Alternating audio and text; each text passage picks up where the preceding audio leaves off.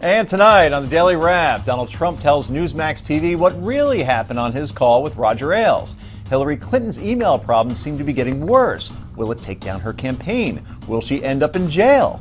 A Kentucky clerk is refusing to issue marriage licenses to gay couples citing religious reasons. And Sheriff Joe Aprio is shut down by a federal appeals court in his effort to stop President Obama's amnesty program. We'll talk about all that, plus viewer comments. This is the Daily Wrap, Friday night, New York City.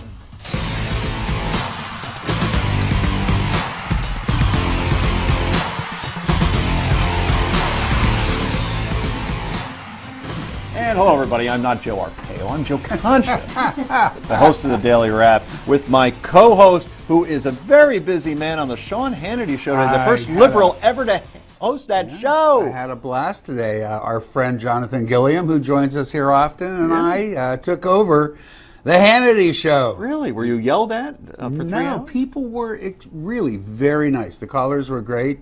We all got along famously, much to my surprise, I must admit, but it was really a great show. What was the hot topic? Oh, we hit everything. We hit national security. We, of course, hit Hillary. Mm-hmm. You know, all the stuff people are talking about. Lots of good experts. So you had practice. Unlike our panel. I'm ready, man. I'm ready to go. Okay, very good. To Mr. Reddy's right, she is America's pundit and a Philadelphia attorney wearing Minnesota Viking purple tonight. Heather Hansen is back, and to her right, she is the founder and executive director of the Accountability Project and host of the appropriately named Accountability Podcast. She is Nomi Konst, who's going to have a very busy weekend as well. Good for you. I'm missing your party. Yeah, I know. Missing Don't a worry. party? A very special party. Uh-oh. Uh-oh. Trust me, it's been postponed for physical reasons. Okay, everybody, let's get right down to the Daily Download.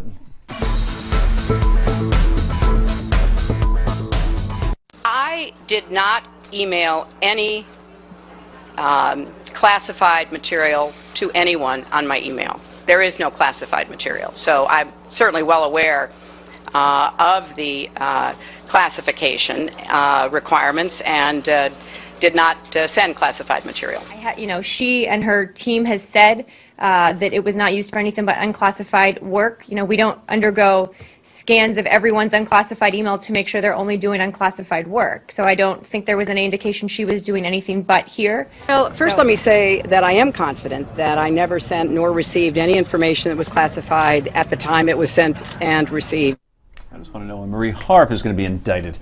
Okay, those three clips are going to continue to haunt Hillary Clinton as she continues her campaign. The AP now reporting that the U.S. officials have reviewed the 2 emails on Hillary Clinton's private server that an auditor deemed top secret include a conversation detailing with a U.S. drone operation, as well as a separate email chain that could lead to highly classified material. Senator Chuck Grassley from Iowa said this morning on MSNBC that this problem is bigger than Hillary Clinton.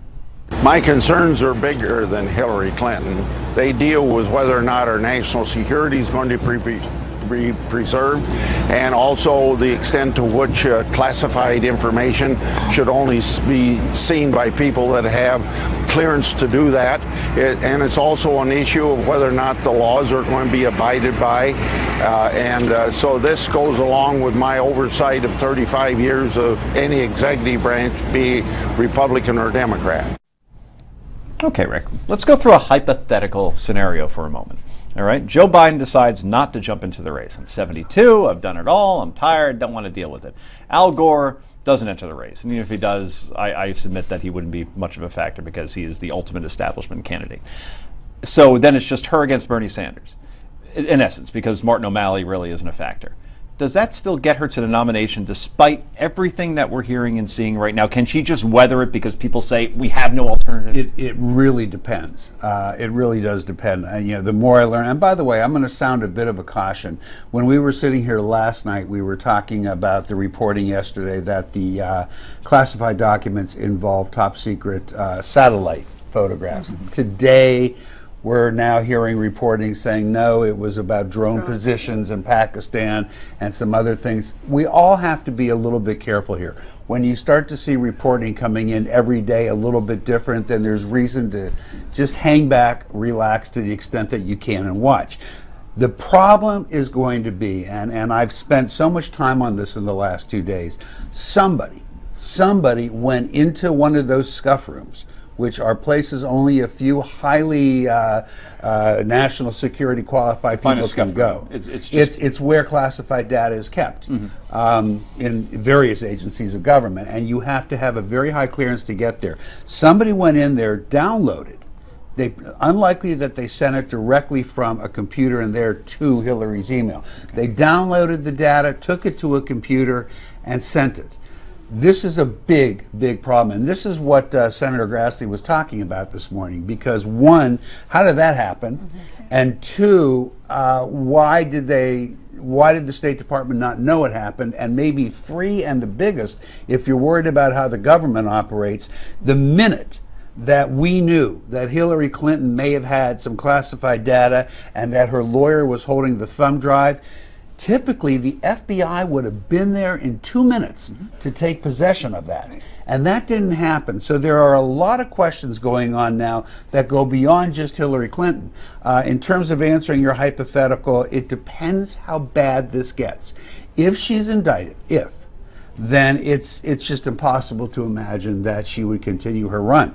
I don't think it goes to Bernie Sanders, but I think you'll start to see other Democrats that we're not thinking about, if it's not Joe Biden or Al Gore, jump in. And that's the thing, Heather, that if she were to somehow weather it all, that just as Rick laid out, by the time she gets to the general, I got to think that on the Republican side, that they would just be able to beat her up over this. Right. Independents wouldn't come to her. She can't. And that would be it, and that's what Democrats are in a panic over. I mean, there's a poll today that says that even independents, 54% of them think that there should be a criminal investigation of this. I mean, people are really looking at her in a totally different way than they were months ago.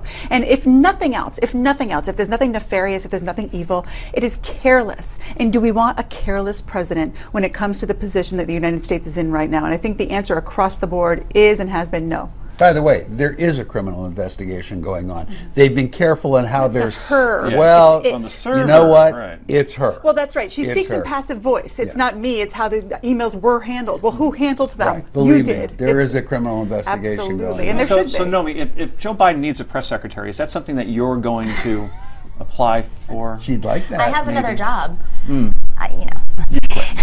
I would quit. Yeah. You know what I think is interesting here is you just mentioned that they had to go in and go into the scrub room.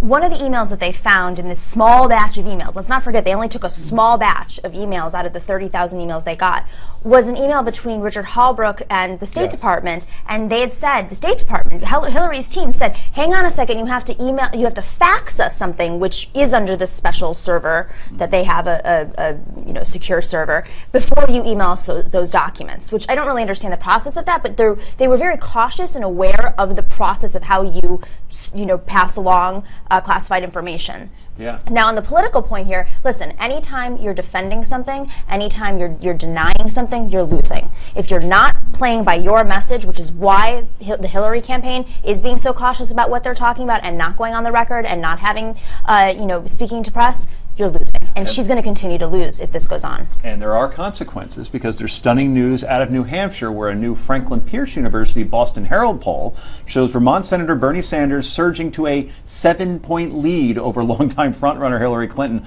among likely Democratic primary voters. Clinton was heavily favored to win New Hampshire. Remember, she won it in 2008. Politically, this email scandal is really beginning to affect Hillary. Okay, Heather, can Hillary turn the ship around? I would find it to be impossible. Nomi, you talked about the numbers. If 2 of the 40 are top secret, that is 5%. And we don't know how many of the others that we haven't yet seen are also top secret. I can only imagine that as more and more of these emails are released, problems are going to get bigger, not smaller. Can you unring the bell, Rick? You can't, but you have to be careful about something with these polls. Hillary is not running against Bernie Sanders. Hillary's running against Hillary. Yep.